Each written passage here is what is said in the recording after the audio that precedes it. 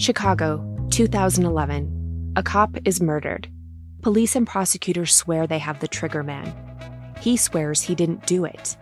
How far will each side go to prove they're right? Like it's just one bombshell after another, where you're like, what? The story of a PlayStation, a brain-eating amoeba, and the relentless pursuit of justice. Off Duty, out now. Listen wherever you get your podcasts. This message comes from Jackson. Taxes aren't something you can only think about once a year. With investments, planning for tax day is year-round. Fortunately, Jackson offers tax-efficient products. Visit jackson.com for more information on how our products can make your tax bill a little bit less painful. Jackson is short for Jackson Financial Incorporated, Jackson National Life Insurance Company, Lansing, Michigan, and Jackson National Life Insurance Company of New York, Purchase, New York. Howdy, howdy, ho, and welcome to Fantasy Fan Fellas. I'm Hayden, producer of the Fantasy Fangirls podcast and your resident lover of all things Sanderson. And I'm Steven, your bookish internet goofball, but you can call me the Smash Daddy. And we are currently deep diving Brandon Sanderson's fantasy epic, Mistborn. But here's the catch. Steven here has not read Mistborn before. That's right, hey. So each week, you'll get my unfiltered, raw reactions to every single chapter. And along the way, we'll do character deep dives, magic explainers, and Steven will even try to guess what's next. Spoiler alert, he'll be wrong. Newsflash, I'm never wrong. Episodes come out every Wednesday, and you can find Fantasy Fan Fellas wherever you get your podcasts. Hello and welcome back to the Psych Legal Pop Podcast. This is a podcast where we talk about popular culture through the lens of an attorney and a therapist. I'm Tess Brigham. I'm the therapist. And I'm Brooke Brigham. I'm the attorney. And today we are back with Sister Wives. This is season 20, episode 16. This is part 1 of the one-on-ones. And some people love the one-on-ones. Some people don't like the one-on-ones. I find the one-on-ones utterly frustrating. Yeah. And difficult. And I'd just like to say, Kody did not go in with the right attitude. He did not start off with a good, positive attitude about this. And I think this is part of this problem is like how you choose to show up. Mm-hmm. Yeah. No, I find it the same. Like it's exhausting. It's because, these people, they talk in code or they're afraid to talk. And they even say a couple times that talking about their interactions about the Coyote Pass property, like Janelle is saying that Kody's calling her and saying, I don't want to talk to Meri. You call Meri. And Janelle's like, well, I don't want to talk to Meri. I mean, no wonder your family fell apart. I mean, no one's willing to call Meri. No one will talk to each other. No one will just come out and be straight and just say how it is. Everything is coded. They have words they use. I mean, it's just like these people are they're frustrating to me. Yeah.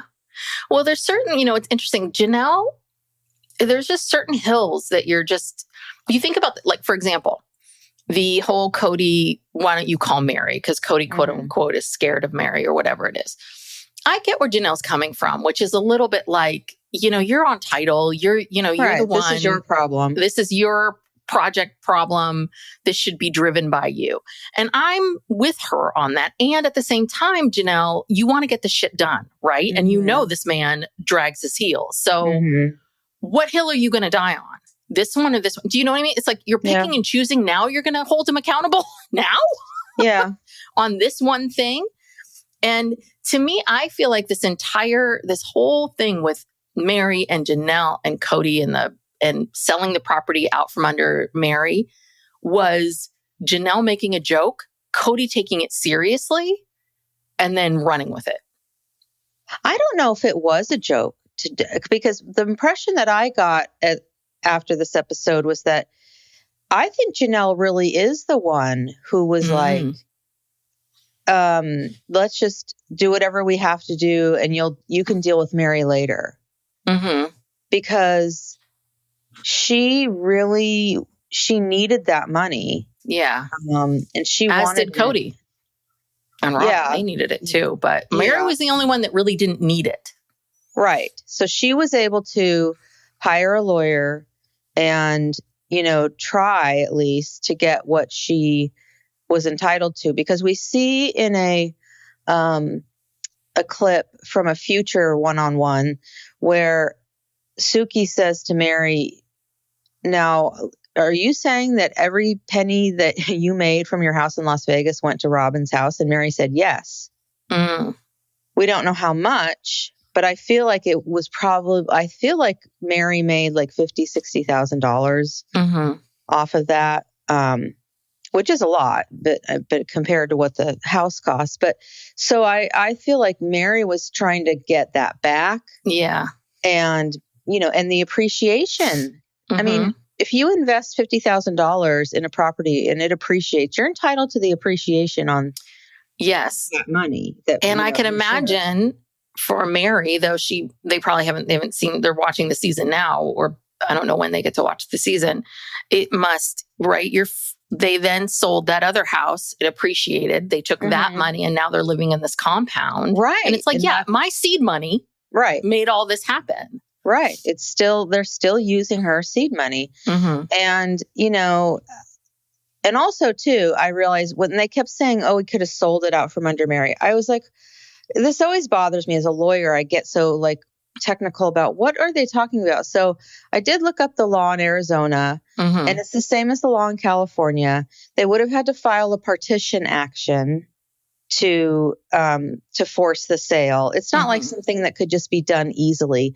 And, Kody doesn't have the bandwidth for that, to actually, go through a whole separate legal action to get, and he didn't want to lose control of the situation either. Because once you go to court and you put all this property under the court's jurisdiction, you kind of lose control to a certain degree.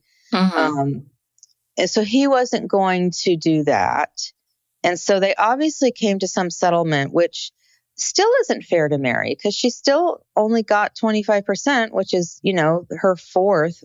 And, Robyn and Kody really should have been a third. We've talked about that. And she still didn't get her seed money back. Yeah. So, I guess she just decided to,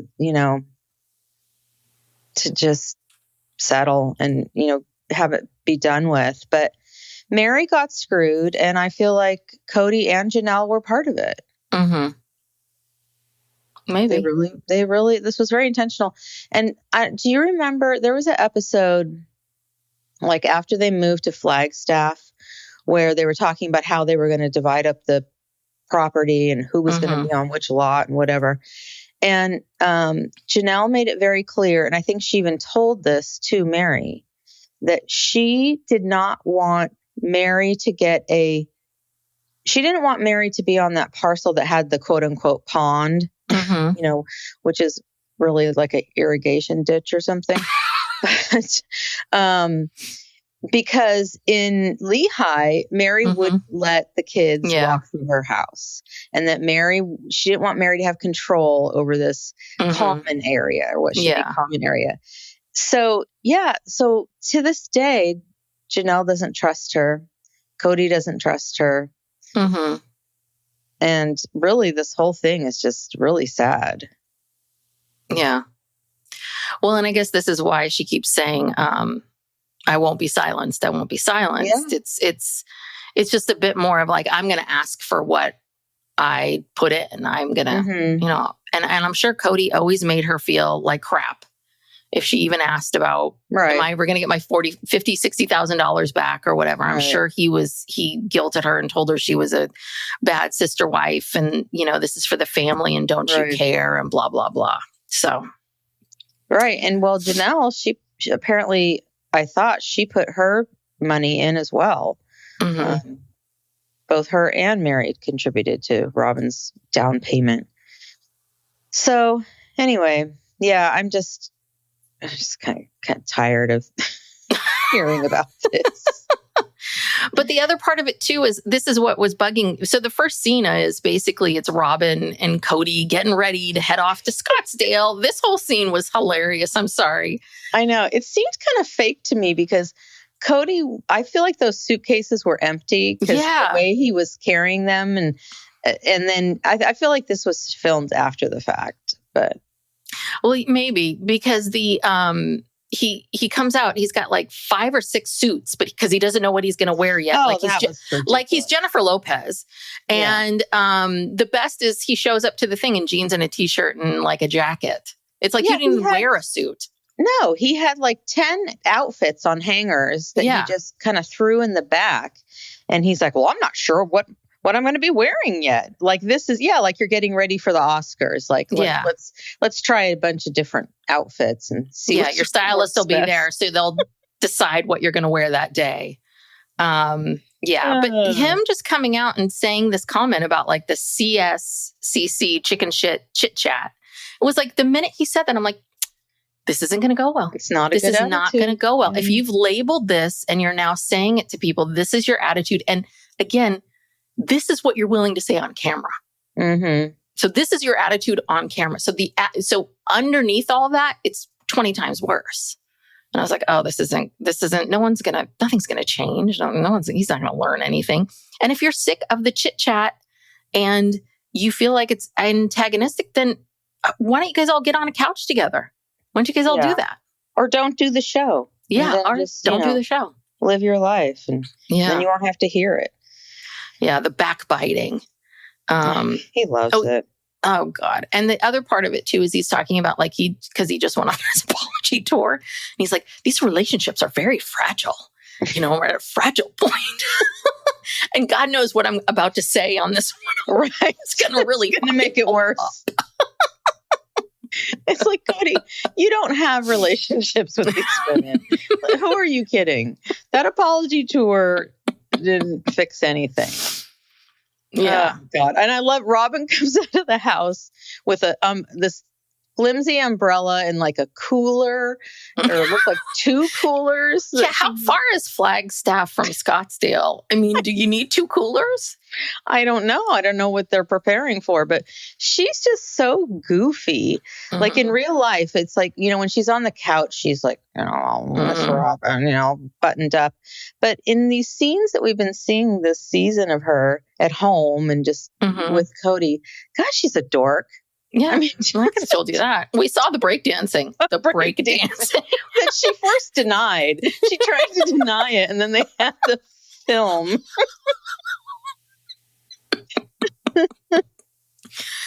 Yeah, well, and of course we have to spot, I'm sorry, but I had to clock this, which is no flowery top, flowery jacket. Right. Flowery jacket. And that, I'm sorry, I'm going to be real catty. That look, that sort of that material and that flowery jacket kind of thing, that was like very trendy, I want to say in 2014, 2015. Oh, before that. Well, maybe. it was ugly, period. Like, well, it was a blouse, and then it's kind of like those LuLaRoe duster type things, but it wasn't long sleeve. It had kind of like 3/4 length sleeve. No, I know, and that's the style. Like in LA, you would see people wearing but usually it's like girls like Layla. Like if it was, I bet you Layla 10 years ago owned that shirt. And some version of it. And it's like they would wear a tank top and you would wear that over and maybe with like jean shorts. Jean shorts. Yeah. It's meant to be kind of like this flowery jacket thing. It's not for warm weather.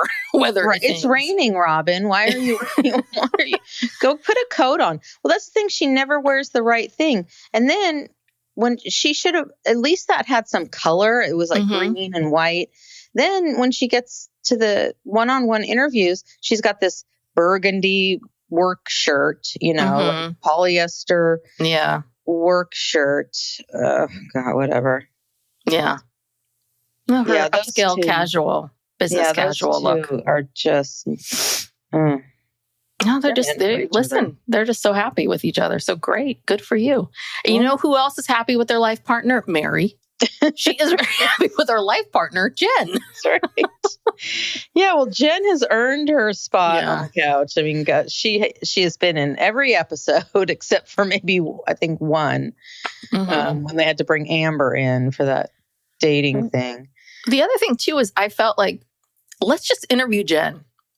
I mean, honestly, like just sit down with Jen because she's the only, like Meri still talks around things. And Jen's very direct. Like, this is what happened. This is that. I'm not cool with that.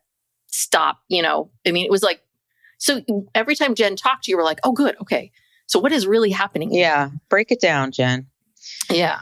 So, they're just laughing, eating their yogurt, having a grand old time.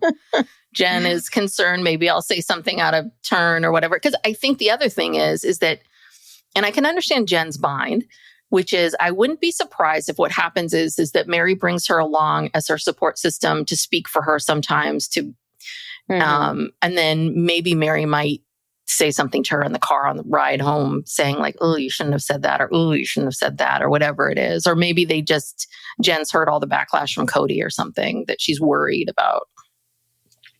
Yeah, I don't think either one of them really care about backlash. What can Kody do at this point? Nothing. I don't think they care now. No. I think in the past, maybe Meri cared a little bit more. Now, not so much. Yeah. Now, this was really stupid with David and Christine getting in the side-by-side. Thinking what is that? What is a side-by-side? I don't understand what a side-by-side is. It's that thing they were in. Is that what... But that's different than an ATV, and that's different than like something you would take out to the desert, or are those the things that you take out to the desert? No, I think that's the whole thing. That yes, this is one of those recreational vehicles that you take out to Moab or out in the sand dunes or wherever and ride around. You don't drive from Utah to Arizona on freeways in it. That's not legal. That's not street legal. Do you think we're stupid? Do you think that we thought you were really going to drive to Arizona in that? And it's like, are you just trying to show off your toy?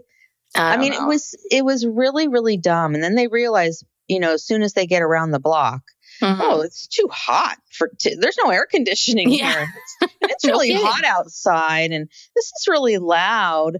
And so then they just go back home and, get in David's big truck. And there they go. How exciting. They were wearing matching t-shirts. Oh, really? Coordinated a little bit. They're both black and they both had this purple kind of octopus kind of thing on it. Oh, I missed that. So, and then we hear from...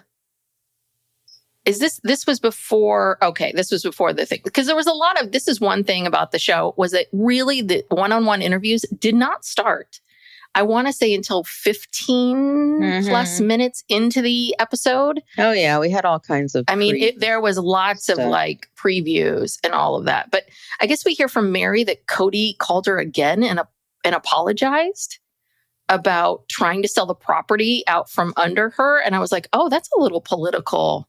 Interesting, because he knows he's doing some damage control. He knows this is going to come up in the one-on-ones, and he's like, okay, I need to get ahead of this before anybody, before Janelle does. Yeah, I don't know what he thought that was going to accomplish, because it's right there on film. Well, the other thing too, again, I think Kody over-indexes his apologies. He thinks they're far more impactful than they really are. Right. But he thinks people are thinking about, oh gosh, I'm so glad that Kody said those things. I feel so much better. Oh, now that I know Kody loved me, yes. As a woman, I can move on. And also, what was that thing about David being offended by Kody saying that to Christine, and Christine was bent out of shape about it too. Yeah, it was inappropriate for Kody to say to Christine, I didn't mean that. Mm-hmm. I'm with you. I think this whole thing, again, this is what I said before about, again, this formality that we did not grow up with at all of you have to go to someone's father or, any of that kind of crapola. So yeah, he wasn't saying like, Christine, I want you now. I want to take you down on this table and next to my sorbet. Basically what he was saying is, I apologize. I did love you, past tense. Right. And I didn't mean that. And how is that offensive or offensive? He's just saying it's the past. Right. He's apologizing for saying something very hurtful. Yes. That I never loved you, which I still think might be a little bit true, but he's just saying that for his apology tour. I think that he loved her. He didn't lust after her. He wasn't in love with her. He Yeah. didn't have a deep passion. No. He loved her because she was, his wife and the mother of his children and part of the family. I think he does care, right? I think he does care about Christine on some level. So my favorite leaving segment that we watched was Janelle, because Janelle basically is on her own. She has one tiny suitcase. She's picked out her outfit. She's not taking extra. No. Whatever's in there, that's what she's wearing. She's got just enough underwear to get through the whole thing. She doesn't bring extras, no extra socks, and boom, boom, boom. And she gets in the car and I'm like, is she going to drive there? But I guess she's driving herself to the airport or something. Well, I don't know, because Maddie barely came outside the door to say goodbye. I mean, barely. She's like, okay, see ya. Yeah, if she was going to the airport, don't you think she would have, I don't know how far the airport is, but you think someone would have given her a ride, but it seems like she's driving cross country or something. Yeah, maybe. I don't know. But it's going to take several days to get across country, so you really don't have a lot of extras in that suitcase. No. I think she's driving herself to the airport, or I think that maybe the production is driving her to the airport and they want to make it look like she's the one driving herself. That's just my... Anywho. Yeah. So we do hear a little bit from Janelle, and this is one of the things about Janelle that I kind of feel like Janelle keeps changing her story a little bit. She's like, well, I didn't see Kody's apology as it wasn't an olive branch. I saw it more as a way of calming things down. And she's like, she does want to talk about the backdoor deal. I don't know, just...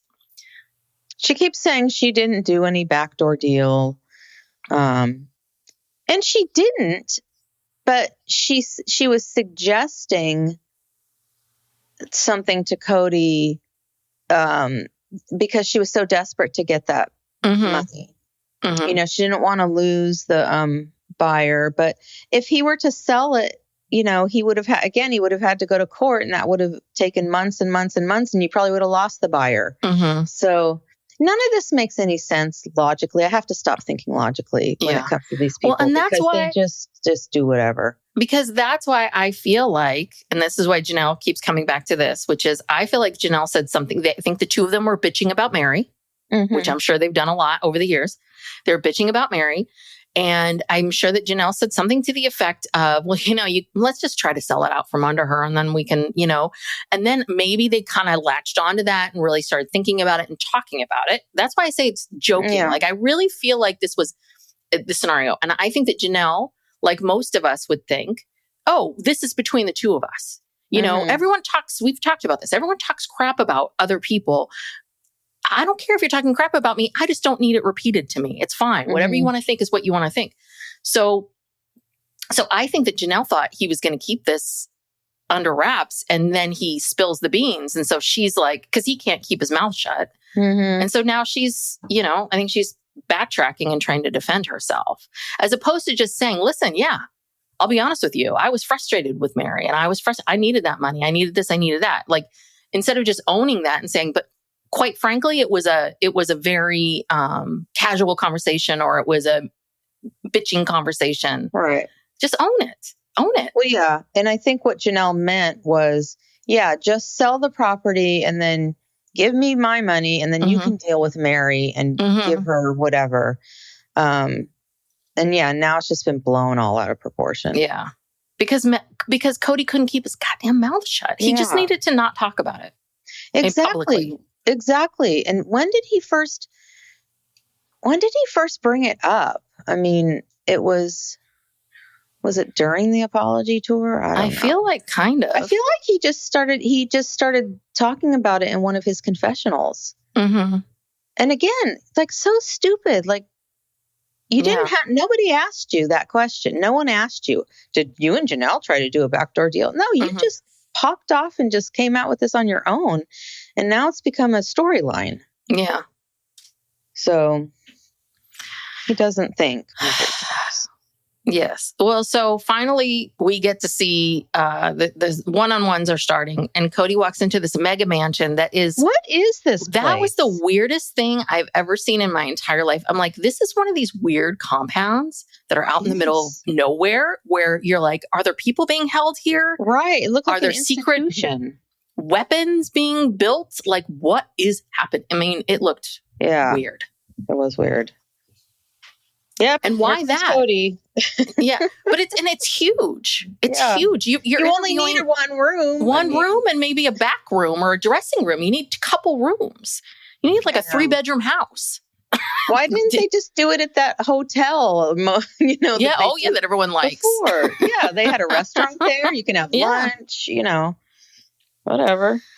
Yes. All right. So then we have to start off by asking everyone if they have any special talents. This is her icebreaker. I was like, God, I like Suki, but this isn't good. Did we need an icebreaker? I mean, I don't think we needed an icebreaker, but I think icebreakers are softball questions. How you doing? What's happening with this? What's going on with that? How are you feeling? Like, you just ask basic questions. Listen, I have to talk to people all day long all the time. It's just small talk. It's you do the small talk, you warm it up, then you move on to something a little bit more difficult, then a little bit more. Like, she should know that. So then we have to watch each person. We have to watch each of them now answer that. Yeah. Well, I'm sure the producers told her to do it. I'm sure it wasn't her idea. But yeah, well, first Kody says that his hidden talent is he runs his mouth. Mm-hmm. Then he gets a better one. And he says, I can walk on my hands. And it's hard. Not many people can do it. Yes. Okay. And we've all seen you walk on your hands. Yeah. So we don't need to see. But then they show us a clip of him at home, just, on a Tuesday, walking on his hands, showing off in front of the family. Now, what do you think Meri was really irritating me at this point. Well, because Meri was cute. Yeah. She was trying to be cute. Like, I juggle. And so Suki's like, oh, you juggle like how many balls? How many? Blah, blah, blah. What do you juggle? And she's like, well, I juggle multiple personalities and ha, ha, ha, ha, ha. And it was just like, God, just answer the question. Just answer the question. Yeah. Please. This is not fun. Yeah. Please. She's trying to be like the cool girl. Mm-hmm. Like, she's so cool. Nothing bothers her. She's good now, Yeah. She's in her unbothered era. I'm in my unbothered, I'm sure she's posted something like people post on the beginning of this year. Have you seen those on TikTok where everyone's like lip syncing to some song and talking about how they're going to be so unbothered this year? Oh, gosh. I'm like, okay, good luck with that. Yeah, really. Barely into January and people are pretty bothered. Yeah, it lasted a week. Barely a week. Yeah. Well, and then Janelle, she just kind of flat out lied about her talent. She said she can play the piano and talked about how she took lessons for years. Then they show later, they try to make her play the piano, like, show us, Janelle. And she can't. No. She forgot. Yeah. And so why did you say that? You can't play the piano anymore. I used to play the piano. I used to play the clarinet, the flute, the guitar, and the piano. Could I play any of them today? No, because I haven't played them in, 40 years. Well, maybe, I don't know. I could see how Janelle might think like, oh yeah, I used to play and I'll sit in front of the piano and I'll pick it up right away. And then didn't realize like, oh crap, I really can't. That's funny. And then this is where Robyn talks about how she breakdances, and we get to see that video, and that video has been played before. We've seen this video, so there's a little bit of like, Robyn, what did you think was going to happen when well, she said she could breakdance, and then Suki said something like, "Oh, like were you a I forget the term." She said. There was like a term for like a female break dancer, and Robyn's like, well, no, not like that. She's trying to make it seem like she's not like the the dangerous kind of break dancer. She's like the good, like Mormon break dancer. It's all clean. It's all good. And then of course we have to see it. And it is clean. It's not break like dancing. Street. It's not street dancing. It's not, but it's not breakdancing. Just because you put your hands on the floor at some point during the dance doesn't make it breakdancing. Just because you maybe roll around on the floor, again, doesn't make it breakdancing. Yeah. Because really it was just her like getting on the floor, pushing herself back up, and then kind of dancing around. Yeah, it was not breakdancing. It was just what she thought, or how much, whatever she could handle, Yeah. dancing. All right. And Christine can sing like Snow White. Oh my God, that was kind of weird. I mean, what? It did sound like Snow White, but it sounded like it was auto-tuned or something, but she's singing. Yeah. It was so weird. Oh, I didn't think it was that weird. It's just, she just manipulated her voice. Yeah, like that. What is it, like a... And that is a skill. Bravado. I would give her that. Okay, well, good for you. So Jen joins Meri, and everyone's very excited. And so, of course, Suki wants to talk about Coyote Pass, and I'm like, oh God, we're starting here. Mm. And then this first section, this was all about, from my understanding, because it's so hard when you go from person to person. This whole first section, or pretty much the entire rest of this episode, is about this Coyote Pass issue. Mm-hmm.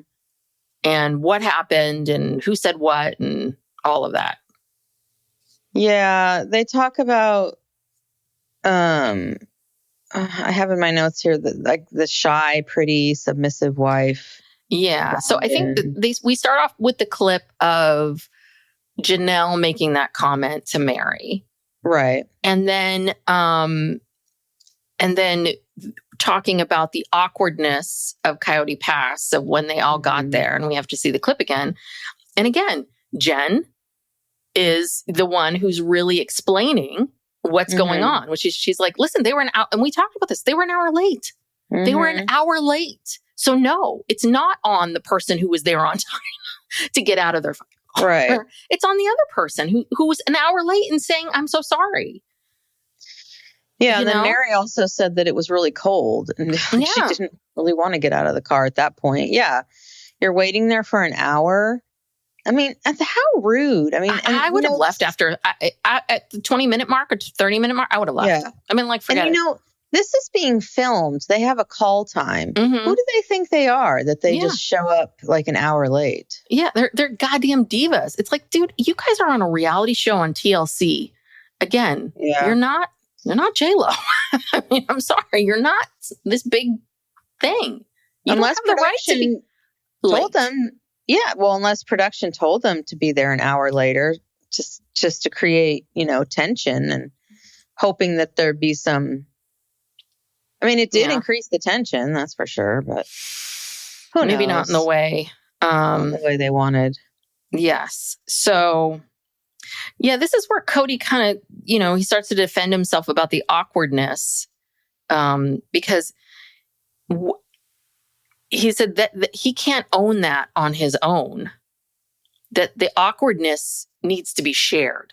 Meaning I wasn't awkward. We were all awkward. Why are you, how dare you, Suki, claim that I'm the only awkward one? And it's like, no, but you're the only one sitting on this couch.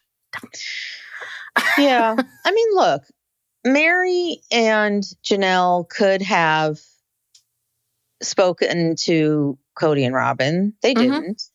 They could have, gone over and, given a handshake. I don't know, something. To a certain degree, that is true. Mm-hmm. I don't know.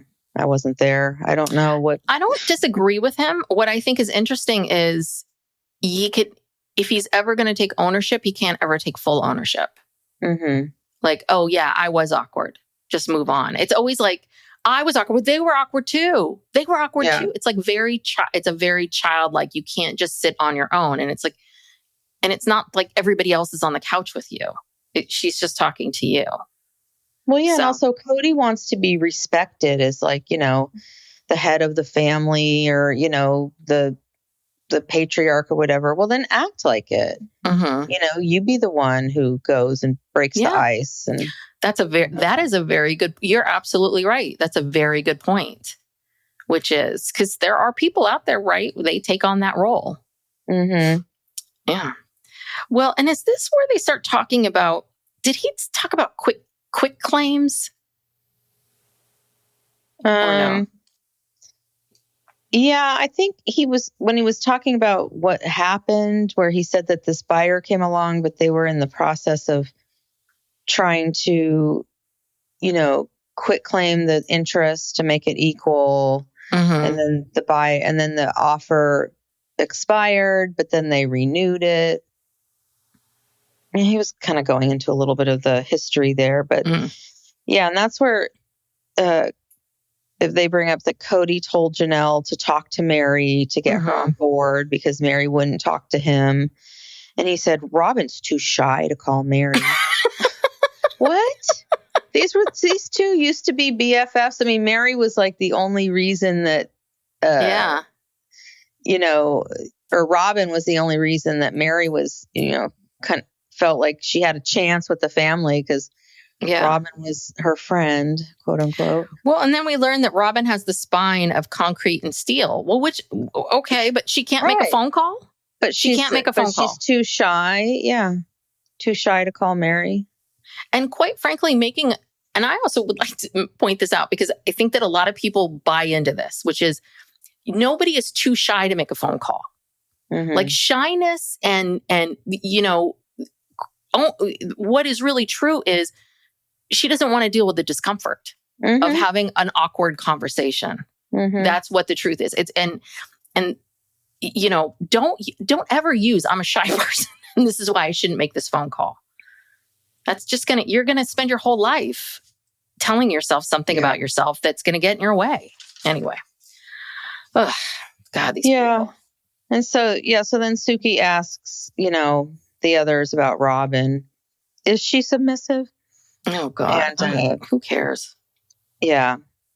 Janelle says you can give power to get power. I agree with that one. I was like, I think you just really nailed that. And she mentions that Robyn has a strong influence in his life. And I agree with her because I think prior to Robyn, I think Janelle had the strongest influence over Kody. Yeah. And she knew how to get power. And then Kody, of course, has to point out, like, well, which one is it, Janelle? Now she's my shy, pretty wife. And then you said she was controlling me and blah, blah, blah, blah, blah, you know, and it's like, no, all those things are true. She is controlling you. And this is how you perceive her. So, oh God. And then we have to get into this whole girl games thing. Why do we need to ask everyone about girl games? Everyone knows what girl games are. Everybody. Yeah. Is there a person in this world that doesn't understand what we mean? But we have to get the definition from Robyn. And it's this, Robyn defines it as psychological warfare, things that happen in high school. I would like to say probably things that happen in middle school. And then she says something kind of interesting. She says, I think that they are putting me down because they're trying to figure out why Kody loves me. I was like, oh interesting. Because basically what she's saying is they're jealous. Right. They're jealous of me because I ended up with this prize. Right. Lucky me. Woo! Walk on your hands again. Oh my God. Yeah. Okay. And then she asks Meri and Jen about the girl games, and it's just like, oh, who cares? I know. Who cares? We all know what this is about. She's trying to say that they're, like you said, they're jealous, you know, so they're acting this way. Whatever. But what it boils down to. Yeah, but Janelle does point out that Robyn doesn't read nuance as accurately. Psych Legal Pop, we'll be back after these messages.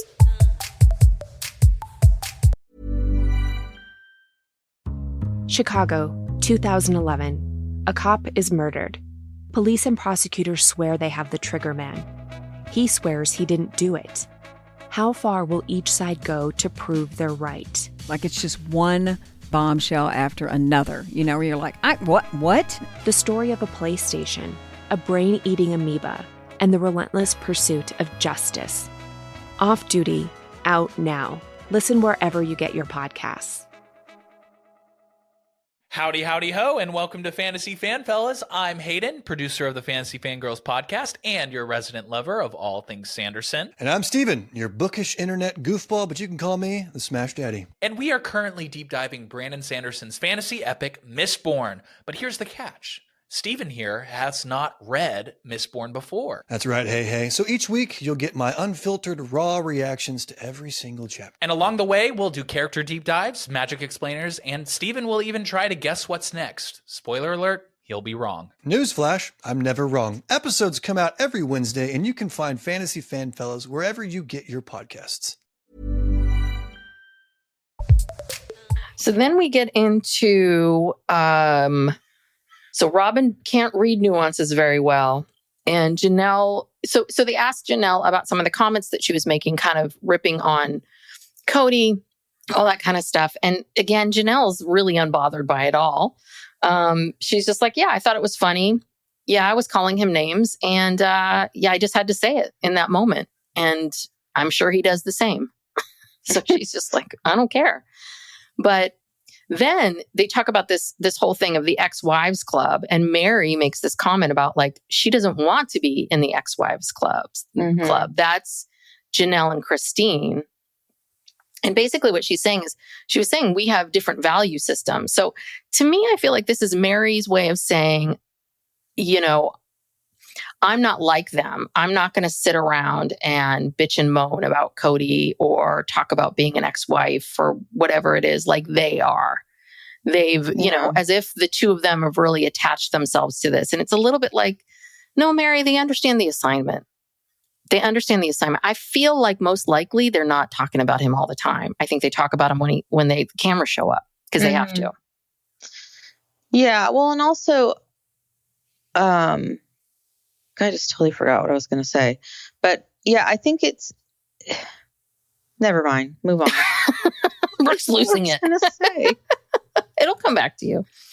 And then we have to get into the whole Coyote Pass, like why Robyn didn't want to sell Coyote Pass. And Robyn's like, she felt really connected. Coyote Pass represented the family and la, la, la, la, la, la, la. And then Janelle finally, so this was some honesty where Janelle says, I think Robyn says things that she thinks she needs to say. Mm-hmm. Basically, calling that out and saying it's, it's performative, that I'm so sad that the family broke up. Yeah. So then we get into the whole Christine, like, I'm so happy I had no interest in Coyote Pass. Mm-hmm. And I gave it up. But I do wonder how Meri and Janelle feel about that, because could Christine have given her part over to Janelle and Meri or no?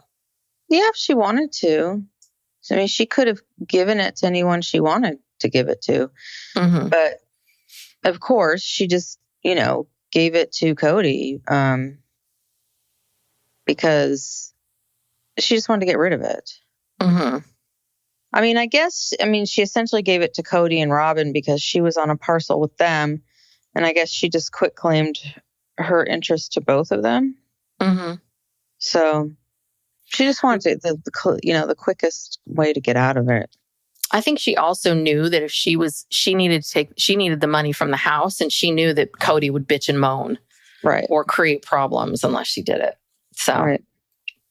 All right. So this is where Kody tells on himself, where he basically says, one of the issues was that Robyn didn't like how he was acting during this Coyote Pass situation, that he was being very immoral and unethical.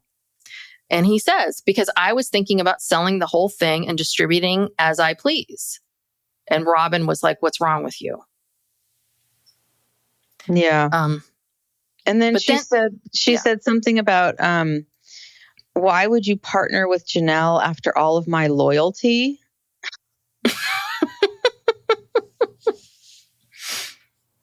I don't know. None of this makes any sense to me. Yeah. It really doesn't. Well, but then he also claims that so first he says, well, I was thinking about selling the whole thing and distributing as they please. Then the next thing he's saying is Janelle was the one who said those things.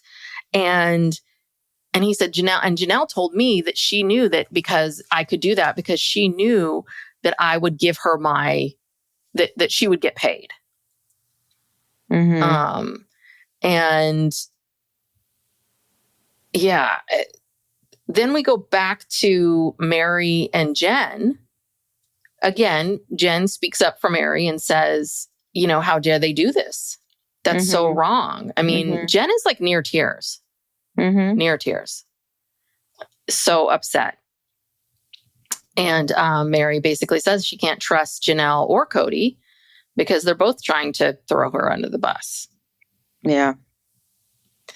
And so... it's terrible. Yeah, it is. Which also, the more I'm seeing some of this stuff is that, again, I agree. I'm sure Meri was tough to deal with, but we're also seeing a lot of the way in which Janelle handles things.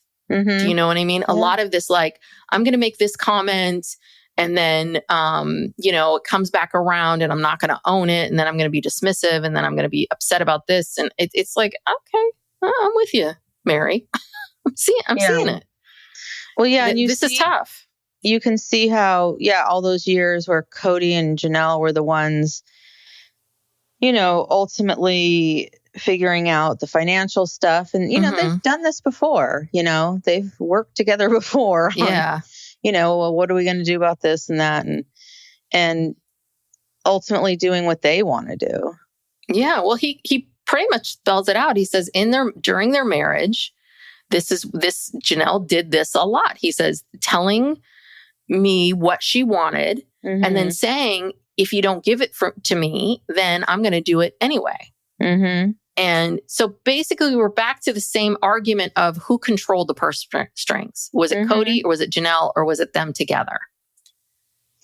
Yeah, because there's got to be a reason why Janelle just for years and years saw how much money was going towards Robyn's family and she didn't speak up.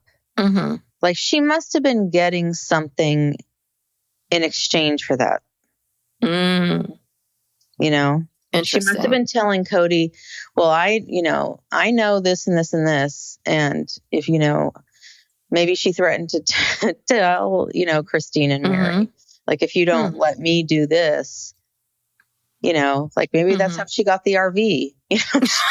She's like, I saw how much money, you guys spent on all that art. So and I want an RV. And you're going to have to live on it with me. Right, exactly. I want an equal amount so I can buy this RV because that RV is like $100,000 RV, I would think, or close to it. Yeah. So yeah, that really makes me wonder. I just realized I don't know Janelle at all. Do any of us really know Janelle? It's true. I know. I don't know her.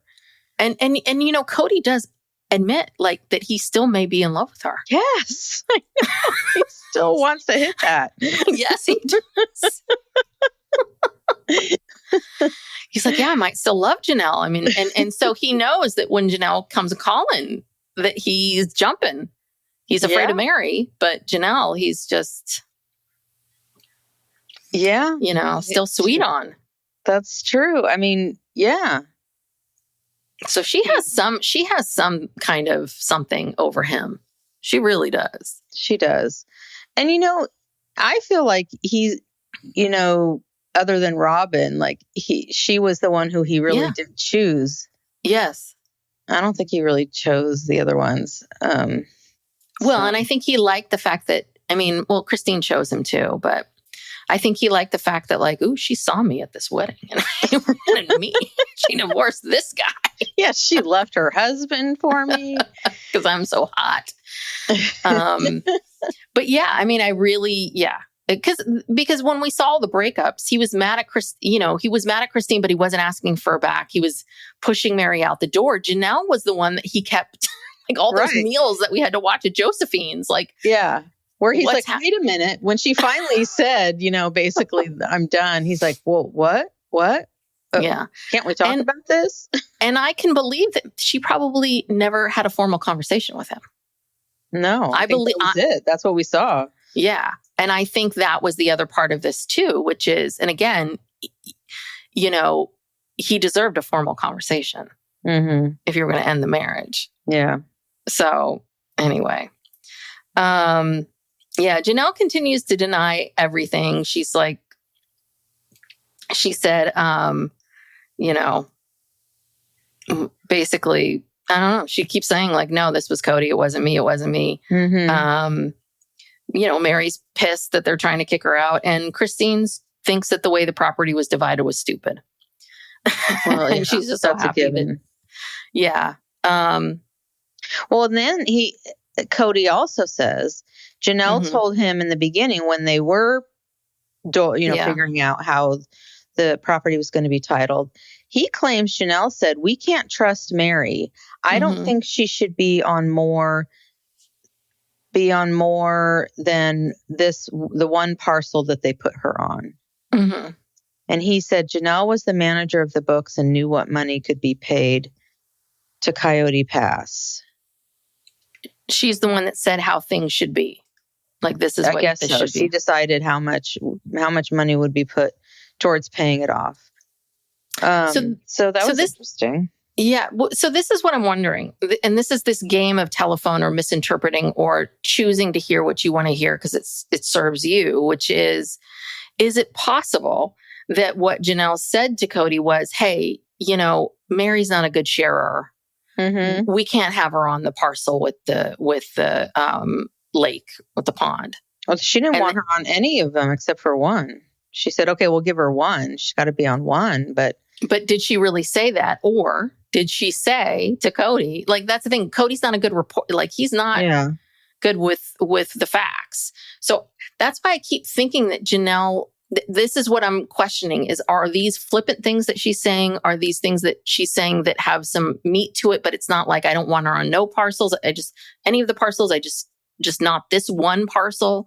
And so Kody takes that as, see, Janelle didn't want you on any parcels. That's what I'm saying. Like, this is what I'm wondering. Yeah. But ultimately what ended up happening was Meri was only put on one parcel with Kody and Janelle. And that's, Janelle was on two parcels. I guess Christine was only on one because Christine is, Christine is Christine. Well, so, and then this brings up this whole NDA thing that kind of sort of came out before. That Janelle says that at the very last minute, that Robyn hadn't been part of any of this. They had been going back in circles for 6 weeks, 2 months. And then Robyn shows up at the very, very end wanting basically confidentiality. That she wanted all of this to be confidential, none of this to go out, and that Meri couldn't take any more action to get her money back. And is that what made you think like, oh, she's trying to get her 50-60? Is that what made you think she was trying to get the 50-60, that maybe Meri was also making this claim too? Like, okay, Anne, you need to give me the money that I put into the house? Yeah, because here's the thing. Whenever you have a settlement agreement, which I don't think there was actual litigation filed because we would have known about that. But there were negotiations and then there were lawyers involved. We know that. So they came to an agreement. Whenever you agree to settle with somebody, this is kind of standard. I mean, they're calling it an NDA. I don't think that's what it was. It's very standard to have a settlement agreement where you waive all current and future claims against each other, forever. Like, this is it. You can never come back and sue me for anything related to this. So that's normal. And a lot of settlement agreements do have a confidentiality component to it. So I kind of think that they're really overstating this. Because an NDA, that's something very different. That has to do with not disclosing certain facts about a person to anybody else. But there's nothing here that can't be disclosed. They all know each other. They, you know, I mean, that doesn't make sense to me. I think they're using the term NDA. I don't think that's what it was. I think it was a confidentiality clause in a settlement agreement where you wait, and that's what you do. It's a release and a waiver of all current and future claims.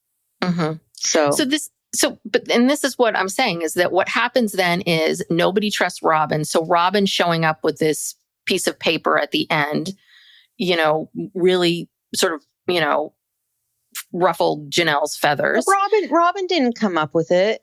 It was a lawyer who came up with it. See, that's the thing. They prescribe everything. They put everything on individuals, whether it's their idea or not. I mean, I believe Kody had a lawyer. So Kody and Robyn, because they're a unit, they had a lawyer who was communicating with Meri's lawyer. And I'm sure it was Kody's lawyer who said, okay, well, I'll draft the settlement agreement. And I don't know why Robyn was the one in charge of presenting it. Again, probably because Kody said, I'm afraid. I'm too shy. So Robyn, you know, grew a pair for a day and, you know, presented this, or maybe she just mailed. I don't know. I don't know why they're putting this on Robyn. I don't think it was. But again, these are not good storytellers. I know. Because then we get Meri saying they want to silence me. They want to silence me. And it's like, I don't know if that's really what's happening here. Like, but again, this is her stuff. This has got to do with the fact that she felt silenced for so many years. Right. And so now she's taking this. Yeah. And that's how she interpreted that, is you're trying to keep me silent. It's like, no. And that's the point, is that this is going to continue to be a mess.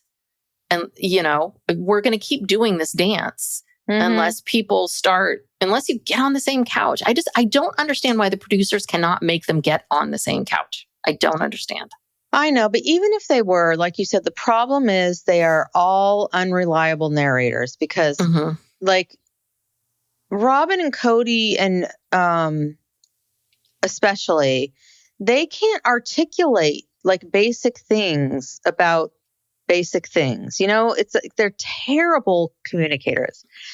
And the way that this show, it's like people are just telling you these little tidbits of stories from their perspective. Out of context.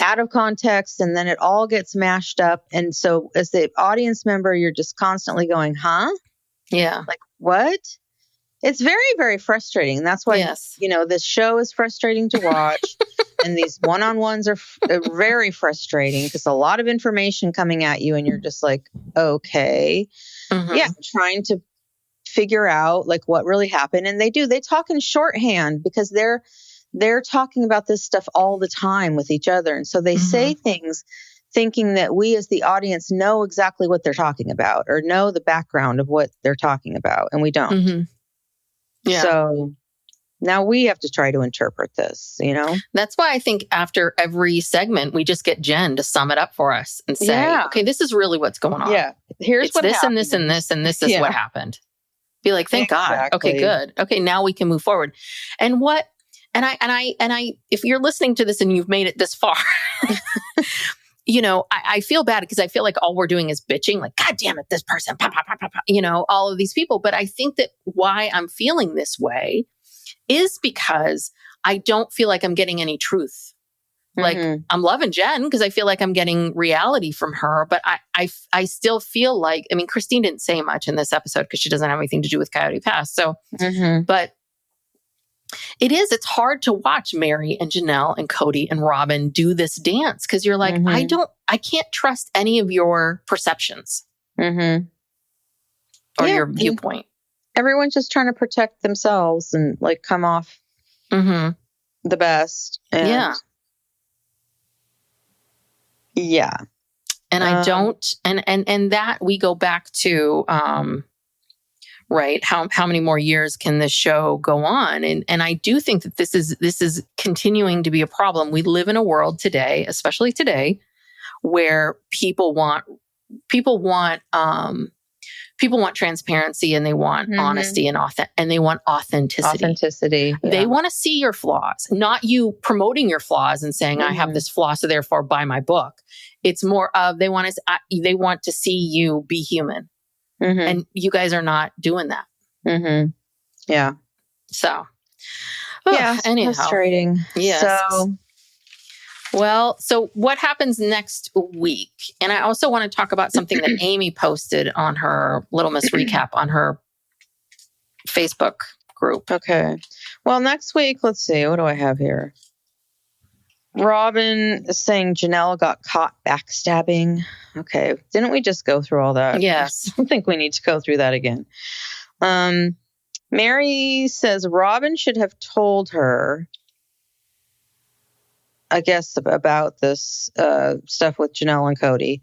Robyn didn't trust, and Robyn says she didn't trust her enough to tell her. Again, we've been through this. And then Kody says something about Jen had something to do with their split. Like what? She told Meri to leave you? If she did, it didn't work. Because we hear leave you. Yeah, basically Kody is blaming Jen for being honest with her friend. Right. And basically saying, because I'm sure Meri said, what would you do if you were in my position, or what would this be? And I guess it sounds like what Jen was saying was that Jen denies that she did that. Yeah, I think what Jen was saying was like, I'm sure Jen, which is what, if Meri was my client, I would not lead with, you should leave this guy. I would lead with, okay, let's figure this out. And then, when you get to these points where people hit these walls, you have to present the thing as, okay, so what do you think you should do next? And I think that, I'm sure Jen was doing that. I think it wasn't until much later that Jen turned to her and been like, he said it on the show. Right. You gotta go now. Yeah. Cause she, a couple weeks ago or so, she said she denies that, because Kody said that she told Meri to drain their bank accounts and leave. And she specifically denied that. So don't come for Jen, because Jen's got a lot more fans than you. Yes. So I was just scrolling through Facebook and, Little Miss Recap, Amy posted something because she had already watched this episode and I hadn't watched it yet. That in her private group? Are we allowed to talk about that? Oh, sorry. It's nothing personal big, but she mentioned that there's a segment, and I thought we would see it, about Meri saying something about Robyn and catfishing. Yeah, I think there was maybe a bonus scene, or maybe it was part of the coming up. But yeah, I remember seeing it too. I can't remember where I saw it, where Meri says that, she would have conversations with Robyn about something, and then the catfish would know about it. Oh, that's even juicier than I thought. Yeah. I thought it was like she was going back to Kody and reporting it. Okay. No, but it somehow was so it's something she told Robyn in confidence. And then all of a sudden when she's talking to the catfish knows this information. So, this came up in before. I saw this on Reddit or something. So Robyn had this friend, Kendra, who apparently was also friends with Jackie Overton, the catfish. And Kendra actually went to San Francisco with them, I think. Was that the episode where they were looking for dresses for the commitment ceremony, that trip? Yeah, well, they had no kids with them, so why would they need Kendra? Well, Kendra wasn't a nanny or anything. She was just Robyn's friend. Oh, okay. She was on some episode where they went somewhere. I'm not sure if it was that one or a different one. But this Kendra person has come up before. Excuse me. And and this is weird. She knew Jackie Overton. I mean, this is like weird 6 degrees of separation. But she was apparently relaying information about Meri's interactions with Jackie to Robyn. And that's how Kody found out. And Robyn then told Kody that Meri is having this, and they show scenes of that too, where they're talking about that in this current one-on-one season. And Kody says, if my wife is having an affair with someone and my other wife tells me, what's wrong with that or something. And I think that's what he's referring to.